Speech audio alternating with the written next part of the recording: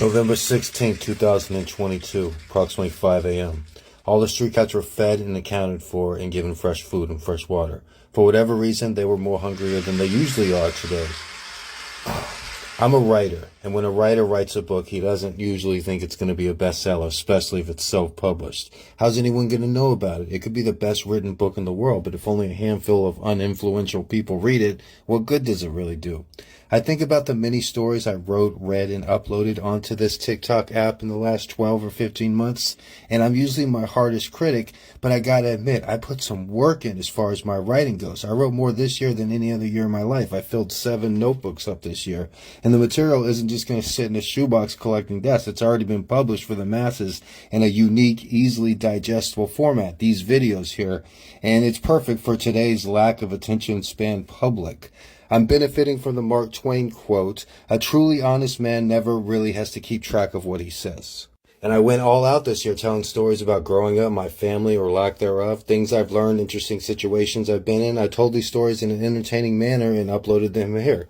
It'd be tough to argue that these stories are not good. It'd be tough to say that they're not interesting or enjoyable because even my biggest critic, the worst hater, has to admit they're good. No one else is doing this either. It's very original. Everyone always suggests keeping a daily journal or quote-unquote diary, if you will, but no one has modernized it and made it into a more enjoyable, digestible format. I did my own thing here in TikTok just like I have everywhere else in my life. Granted, I did take part in a few TikTok trend videos, but that's not what I'm proud of. Nobody wants to watch a quote-unquote trend video once the trend had died. But the stories I've uploaded in the last 15 months can be enjoyed today just as much as the day that I published them.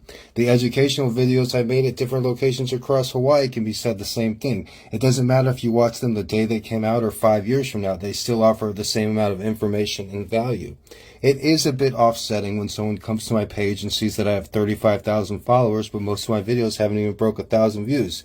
However, I'd rather be somebody who is asked, "Why don't you have 1,000,000 followers?" than to have somebody ask me, "Why do you have 1,000,000 followers?" The proof is in the pudding. If you go through all of YouTube and TikTok, it's rare you see any video with more than a 10% like to view ratio. Even the quote-unquote top creators struggle to hit 10%. But my like to view ratio is higher than anyone else I've seen on YouTube or TikTok. It shows that people do really like my content, but for some reason YouTube and TikTok are not really pushing it out to very many people. However, I don't make content or write for TikTok or YouTube. I write for myself, and I'm not going to stop. My name is Gregory Brandt. I'm a writer. Check out my book, Gone to Education. Have a great day.